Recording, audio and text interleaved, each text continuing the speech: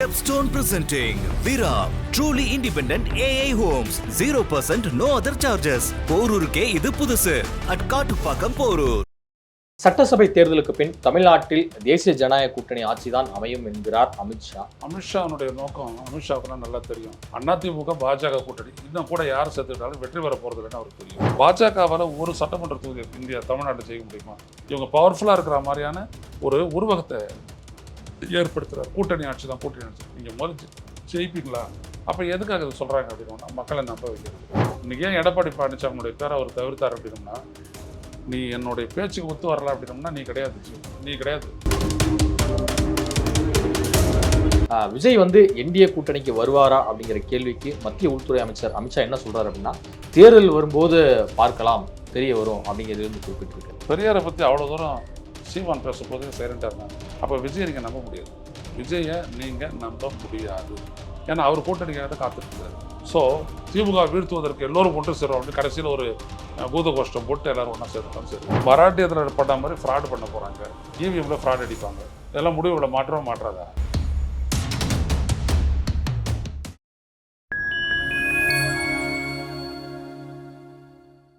நான் உங்கள் சிங்கன். சிறப்பு நிகழ்ச்சியில் நம்மோடு இணைந்திருக்கிறார் மதிப்பிற்குரிய மூத்த பத்திரிகையாளர் திரு ஐயநாதன் அவர்கள். வணக்கம் சார். வணக்கம். எப்படி இருக்கீங்க? நல்லா. சட்டசபை தேர்தலுக்கு பின் தமிழ்நாட்டில் தேசிய ஜனநாயக கூட்டணி ஆட்சிதான் அமையும் என்கிறார் அமித்ஷா. அதிலும் குறிப்பாக அதிமுகவை சேர்ந்தவர் தான் முதலமைச்சர் வேட்பாளர் அப்படிங்கிறது குறிப்பிட்டிருக்காரு. அவர் தான் முதல்வராக இருப்பார் அப்படின்னு குறிப்பிட்டிருக்காரு. ஸோ இதை நம்ம பார்க்கும்போது அப்போ கூட்டணி ஆட்சியில் உறுதியாக அமித்ஷா இருக்கிறார் அப்படிங்கிறத உணர்த்துதா, இல்லை பாஜகவை வளர்க்கும் நோக்கில் இப்படி பேசியிருக்கிறார் அப்படின்னு எடுத்துக்கலாம்? அமித்ஷாவுடைய நோக்கம் அமித்ஷாவுக்குலாம் நல்லா தெரியும். இங்கே வெற்றி பெற போகிறதில்லன்ட்டு. தமிழ்நாடு சட்டப்பேரவை தேர்தலில் அதிமுக பாஜக கூட்டணி இன்னும் கூட யார் சேர்த்துக்கிட்டாலும் வெற்றி பெற போகிறதில்லன்னு அவருக்கு தெரியும். இவங்க கூட்டணி வச்சுருக்கிறாங்க. 7 இடத்துல டெபாசிட் எடுத்த அதிமுகவும் 13 இடத்துல டெபாசிட் எடுத்த பாஜகவும் சேர்ந்து சொல்கிறாங்க கூட்டணி ஆட்சி. என்ன அடிப்படை இது இருக்குது? பாஜகவால் ஒரு சட்டமன்ற தொகுதி இந்தியா தமிழ்நாட்டை செய்ய முடியுமா?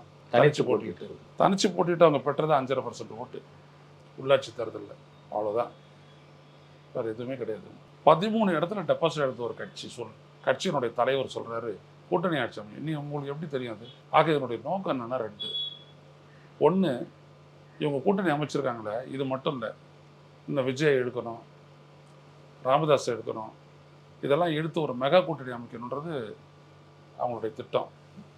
அந்த மெகா கூட்டணி அமைச்சிட்டு அதில் ஒரு 30-35% ஓட்டு வரும். அப்போ தான் இவங்களெல்லாம் இழுத்தா தான் வரும். அதுக்கப்புறம் இவிஎம் வச்சு இவங்க வேலை செய்வாங்க. அந்த வேலை செஞ்சு இவங்க ஜெயிப்பாங்க. ஓரளவுக்கு ஒரு 70 சீட் 80 சீட் ஜெயிப்பாங்க அந்த கூட்டணியை. அப்போ அதை நியாயப்படுத்துறதுக்காக இது சொல்கிறாரு. இவங்க பவர்ஃபுல்லாக இருக்கிற மாதிரியான ஒரு உருவகத்தை ஏற்படுத்துகிறார். கூட்டணி ஆட்சி தான் கூட்டணி ஆட்சி. நீங்கள் முதல் ஜெயிப்பீங்களா? இவ்வளோ விவாதிக்கக்கூடிய இந்த ஊடகங்கள் எல்லாத்துக்கும் பர்சன்டேஜ் பார்க்குறாங்களே. இப்போ இருக்கக்கூடிய பிஜேபியும் அதிமுக கூட்டணியால் ஜெயிக்க முடியுமா? அப்போ எதுக்காக இது சொல்கிறாங்க அப்படின்னா மக்களை நம்ப வைக்கிறது. ஏதோ ஆட்சி மாற்றம் ஏற்பட போகிற மாதிரியும், ஏதோ இவங்க தான் ஜெயிக்க போகிற மாதிரியும், அது அப்படியே கூட்டணி ஆட்சி. இதெல்லாம் என்ன கதை? இதெல்லாம் ஜெயிக்கிறதுக்கே வாய்ப்பு இல்லை. அதுக்கே அப்புறம் இவங்க விஜயை தேடுறாங்க. அப்புறம் அவர் ராமதாஸனுடைய வீட்டில் போய் நிற்கிறாங்க. அது கிடையாது. அவ்வளோதான். 3வது, அமித்ஷாவுடைய நோக்கம் என்னென்னா, இன்றைக்கி ஏன் எடப்பாடி பழனிசாமியுடைய பேரை அவர் தவிர்த்தார் அப்படின்னோம்னா, நீ என்னுடைய பேச்சுக்கு ஒத்து வரல அப்படின்னோம்னா நீ கிடையாது உன் கட்சியினுடைய பொதுச்செயலாளர், வேற ஒருத்தன் தான் அப்படின்றாரு அவர். ஆனால் எடப்பாடி அவருடைய தலைமையை ஏற்றுதானே 82 மாவட்ட செயலாளர்கள், அத்தனை ஒன்றிய செயலாளர்கள், நிர்வாகிகள், தொண்டர்கள் எல்லாருமே அவரு பின்னால் தானே அணிவகுத்து நிற்கிறாங்க. எல்லாரும் மிரட்டலுக்கு உட்பட்டால் மாறிடுவாங்க. இப்போ இந்த கூட்டணி மிரட்டலுக்கு உட்பட்டு தானே போயிருக்குது. சரி, நீங்கள் அமித்ஷா பார்க்க போகிறீங்க, எதுக்கு 3 கார் மாறி போகிறீங்க? நீங்கள் தான் பவர்ஃபுல் லீடர் ஆச்சு. ஏன் 3 கார் தேவைப்பட்டுச்சு? ஏன் மறைக்க நினைக்கிறீங்க? அப்போ இதில் இருந்து புரிஞ்சுக்க வேண்டியதுன்னா, மிக பலவீனமான ஒரு நிலையில் அதிமுக இருக்குது. அதை அப்படியே பயன்படுத்திக்க பார்க்குது பிஜேபி. இதான் ஒன்றும் பயன்படுத்திக்க பார்க்குறாங்க. பயன்படுத்தி நிறைய இடங்கள சீட்டை வாங்கிட்டு போட்டி போடுறது. நீங்கள் பாருங்கள், எடப்பாடி டெல்லியில் அவர் சந்தித்த உடனே அமித்ஷா என்ன பண்ணாருன்னா, இங்கே அண்ணாமலைக்கு அடைப்பு விடுத்தார் டெல்லிக்கு வர சொல்லி. என்ன சொல்லி சொன்னார் தெரியுங்களா? நம்ம ஜெயிக்கக்கூடிய வாய்ப்புள்ள தொகுதிகளினுடைய பட்டியலோட வாழ்ந்தார். எதுக்கு அப்படின்னா, அதை வச்சு தான் அவங்க பேரம் பேச போகிறாங்க. எங்கெல்லாம் அதிமுகனுடைய ஆதரவோடு பாஜக ஜெயிக்குமோ அந்த இடத்துலலாம் பாஜக சீட்டாக கேட்க வேண்டியது. தென் மாவட்டங்கள், இந்த மேற்கு மாவட்டங்கள் எல்லாம் இதுதான் அவங்களுடைய நோக்கம். ஸோ அவர் பார்த்தீங்க அப்படின்னோம்னா அவர் ஸ்கீம் அவருக்கு என்னன்னா பாஜகவை எவ்வளோ தூரம் ஜெயிக்க வைக்க முடியும், அதுதான் அவங்களுடைய மெயின் நோக்கம், வேறு எதுவும் இல்லை. ஸோ இதெல்லாம் என்னென்னா ஒரு பில்டப், அதிமுக பாஜக கூட்டணி அப்படின்ற ஒரு பில்டப். இது ஒன்றுமே கிடையாது. நான் கேட்டதுக்கு போய் சொல்லுவாங்க 7 இடத்துல நீங்கள் டெபாசிட் போச்சு அதிமுகவுக்கு, 13 இடத்துல உங்களுக்கு டெபாசிட் போச்சு. நீங்கள் எப்படி ஒன்றா சேர்ந்து ஜெயிப்பீங்க? அப்போ உங்களால் ஜெயிக்க முடியும்னா எதுக்கு நீங்கள் விஜயை வந்துட்டு இவ்வளோ தூரம் இழுக்கிறதுக்கு பார்க்குறீங்க? இல்லை 23% 18% சேர்ந்தாலே கிட்டத்தட்ட 40 தாண்டுது இல்லை. யாருக்கு 18% இருக்குது? பிஜேபிக்கு 11.4% அவர் சொல்கிறாரு, இவங்களுக்கு வந்துட்டு 19.4% சொல்கிறாரு. ஸோ 2 சேர்ந்து 30% பழைய கணக்கு. இப்போது சட்டப்பேரவையில் அதிமுக வாங்கின ஓட்டு எவ்வளவு? 31%. ஆமாம். இப்போ மக்களவைத் தேர்தலில் வாங்கினது எவ்வளவு? 21%. ஏற்கனவே ஒரு 10% போய் அப்புறம் ஒரு 10% போச்சு. இப்போ என்ன பர்சன்டேஜ்னு யாருக்கு தெரியும்? இவங்க உங்களை 11.4%ல் எவ்வளோ அதிமுக ஓட்டு, எவ்வளவு ஓபிஎஸ் ஓட்டு, எவ்வளவு டிடிவி தினகரன் ஓட்டு, சண்முகம் ஓட்டு, பாரிவேந்தர் ஓட்டு, இதெல்லாம் எடுத்து பொண்ணா போட்டுக்கிட்டு நான் 11.4ன்னா ஸ்டாட்டிஸ்டிக்ஸ் தானே வச்சு பேசுகிறீங்க, பதில் சொல்லுங்கள். ஸோ இந்த 5 பேர் ஓட்டையும் சேர்த்து தான் வச்சுக்கிட்டு எனக்கு 11.4ன்றது. விஜய் வந்து என்டிஏ கூட்டணிக்கு வருவாரா அப்படிங்கிற கேள்விக்கு மத்திய உள்துறை அமைச்சர் அமித்ஷா என்ன சொல்றாரு அப்படின்னா, தேர்தல் வரும்போது பார்க்கலாம், தெரிய வரும் அப்படிங்கிறது வந்து குறிப்பிட்டிருக்காரு. அப்ப டிவிகேவையும் உள்ள கொண்டு வர ஏதோ திட்டமிட்டம் இல்லை, பெரிய திட்டமிட்டம் அவங்களும் முயற்சிக்கிறாங்க.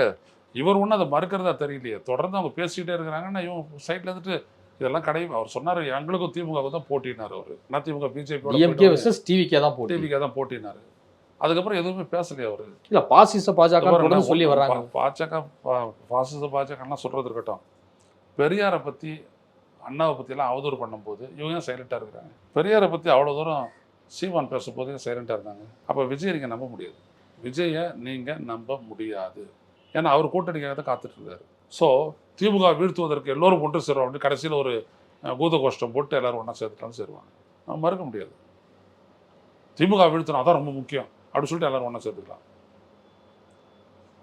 ஸோ இவங்களெல்லாம் மிரட்டி கூட்டணி கொண்டு வந்த அமித்ஷாவால் விஜயை மிரட்ட முடியாதா என்ன? விஜய் அப்படி தூரம் அதிமுக பாஜக அந்த அளவுக்கு எதிர்க்கிறதா இருந்துச்சு அப்படின்னோம்னா, இப்போ அந்த மதுரையில் நடந்த இந்து முன்னணி மாநாட்டில் வந்துட்டு அண்ணாவையும் பெரியாரையும் பற்றி தவறான சித்தரிச்சதுக்கெல்லாம் கண்டனம் தெரிவிச்சிருக்கணும்ல. இல்லை இனிமேல் எதுவும் அறிக்கை எதுவும் வெளியிடுவாங்களே? நம்ம இதுதான் நாள் கழிச்சு அவர் மட்டும் நடிக்க போயிட்டு இருக்காரு, அவ்வளோதான். திடீர்னு ஒரு தகவலை மட்டும் பரப்பிடுறது. ஆகஸ்ட் 5 ஒரு வெளில வர போகிறாங்க. நீங்கள் எல்லாம் சொல்லணும் எப்போ வர போகிறேன் என்னன்ட்டு. அந்த வார்த்தையும் சொல்லலை இது வரைக்கும். அப்போ என்ன கட்சி நடத்துறாரு அவர்? இல்லை 4ஆம் தேதி செயற்குழுலாம் கூட்டம் இருக்காங்க. நிறைய தடவை செயற்குழு பொதுக்குழுலாம் கூட்டியாச்சு. அவங்க கடைசியாக ஒரு 2வது ஆண்டு தொடக்க விழாவில் கூட்டினாங்களே, அது என்ன குழு? பொதுக்குழு. என்ன அதில் முடிவெடுத்தாங்க, என்ன இம்ப்ளிமெண்ட் பண்ணாங்க? அரசியல் நடத்துறதுக்கு அவருக்கும் தெரியல, அவர் கூட இருக்கிறவங்களுக்கும் தெரியல. அப்புறம் என்ன பண்ண போறாரு அவர்? அவரை பற்றி நம்ம பேசுறதுனால என்ன இருக்கு? கூட்டணி ஆட்சியை மக்கள் விரும்ப மாட்டார்கள் என அதிமுகவின் முன்னாள் அமைச்சர் வைகை செல்வன் ஆணித்தனமா வந்து சொல்லியிருக்காரு. ஸோ இதை பார்க்கும்போது இந்த ஸ்டேட்மெண்ட் பாஜகவுக்கு ஒரு பேரிடியா? கூட்டணி ஆட்சின்றது எப்போ வரும்? இப்போ பாஜக கூட்டணி ஆட்சி அமைச்சிருக்கு, எதனால் அமைச்சிருக்கு? ரிசல்ட் 240 இடம் தான் இவங்க ஜெயிச்சாங்க. பெரும்பான்மைக்கு வந்துட்டு 273 இடம் வேணும். ஸோ 4 கட்சியை கூட்டணி சேர்த்துக்கிட்டாங்க. அவங்களுக்கு வந்துட்டு கேபினெட் அந்தஸ்து, கேபினெட் அமைச்சர் பதவி கொடுத்தாங்க, அவ்வளோதான். இங்கேயும் அதே மாதிரி தான். திமுக ஆகட்டும் அதிமுக ஆகட்டும் யாராக வேணாலும் இருக்கட்டும், போதுமான பெரும்பான்மை கிடைக்கலன்னா மற்ற கட்சிகளும் கூட்டிகிட்டு தான் நீங்கள் ஆகணும். கூட்டணி ஆட்சி வந்து தான் தீரும். அதனால நீங்க சொல்றது இல்ல, மக்கள் வந்து தமிழ்நாட்டில் இருக்கக்கூடிய மக்கள் எப்பவுமே வந்து ஒற்றை கட்சி ஆட்சி செய்யறதா வந்து விரும்புவாங்க. அதனால வந்து காரணமா கூட்டணி ஆட்சிங்கிறது சாத்தியம் கிடையாது அப்படிங்கிறாரு. கூட்டணிக்கு ஓட்டு போடுவாங்களா, கூட்டணி ஆட்சி ஏற்படுத்துவாங்க ஒத்துக்க மாட்டாங்களாமா? எங்க சர்வே எடுத்தார் அவரு? எனது கேள்வி தான், எங்க சர்வே எடுத்தார்? நீங்க நினைச்சதை மக்கள் மேல சொல்றீங்களா? கூட்டணிக்கு ஓட்டு போடுறாங்கல்ல மக்கள், அப்ப ஏன் கூட்டணி ஆட்சியை ஒத்துக்க மாட்டாங்கன்றீங்க? அப்ப கூட்டணியை ஒத்துக்க கூடாதவங்க federal at centre single at state அப்படிங்கிற இதெல்லாம் போயிட்டு இருக்காங்க. அதான் கட்சிக்காரங்க திமுக சொல்லிட்டு இருக்கிறது இவங்களா சொல்றாங்க. வைகை செல்வன் சொல்றாரு, எதுவுமே கிடையாது.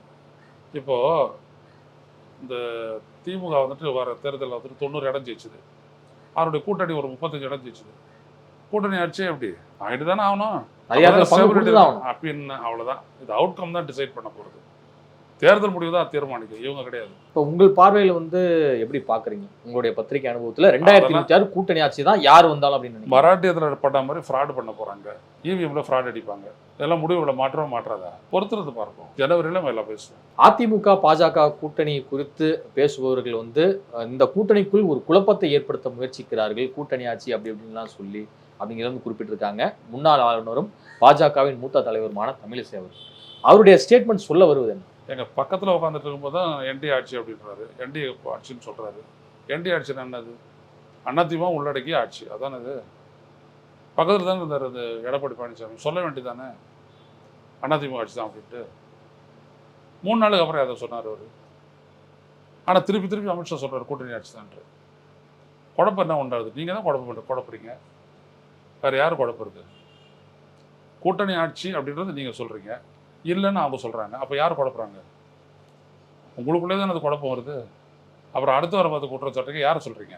தமிழிசைக்கு ஒரு ஆசை இருக்குது, ஏதாவது ஒன்று வந்துட்டு அப்படி இப்படிலாம் வந்துட்டு ஆட்சி அமைக்கும் போது அதிமுக தட்டி விட்டு தன்னை ஒரு ஆளை சீஃப் மினிஸ்டர் உட்கார வைக்க மாட்டாங்கன்ற ஒரு நப்பா செயலாதான்ப்பா பேசிட்டு இருக்கிறாங்க. அவ்வளோதான். எல்லாருக்கும் ஆசை இருக்கும்ல, அந்த மாதிரி ஆசை இருக்குது, அவ்வளோதான். அதனால அவங்க வந்துட்டு மற்றவங்களெல்லாம் குற்றச்சாட்டிட்டு இருக்கிறாங்க. 2 மாநில கவர்னராக இருந்துட்டாங்க. ஏங்க நீங்கள் ஜெயிக்கிறல்ல, 2 மாநில கவர்னராக இருந்து தென்சரை நீங்கள் தோத்துட்டீங்க. அதுக்கு முன்னாடி எத்தனை சட்டப்பேரவை தேர்தலில் நீங்கள் ஜெயிச்சிங்க? ஸோ இந்த முறையாவது ஒரு சட்டப்பேரவை தேர்தலில் ஜெயிக்கிறீங்களான்னு பாருங்கள். அப்புறம் நீங்கள் மற்றவங்க குழப்பம் விளைவிக்கிறாங்க, குழப்பத்தை அறுவடை பண்ணுறாங்கன்றதில் அப்புறம் பார்த்துக்கலாம். பாமக எந்த பக்கம் தான் சாய போகுதுன்னு நினைக்கிறீங்க? அதிமுக பாஜக கூட்டணி பக்கமா இல்லை திமுக பக்கம்? இல்லை, அவங்களுக்கு இருக்கிற ஆப்ஷன் வந்துட்டு 2 தான். ஒன்று அதிமுக கூட்டணி, இல்லை விஜய் கூட்டணி. விஜயோட அதில் எது செய்வாங்கன்றது பொறுத்து தான் பார்க்கணும். திமுக கிட்ட வாய்ப்பு இல்லை. இதுவரை உங்கள் பல்வேறு கருத்துக்கு கொடுக்கணும். கரெக்டாக சார்.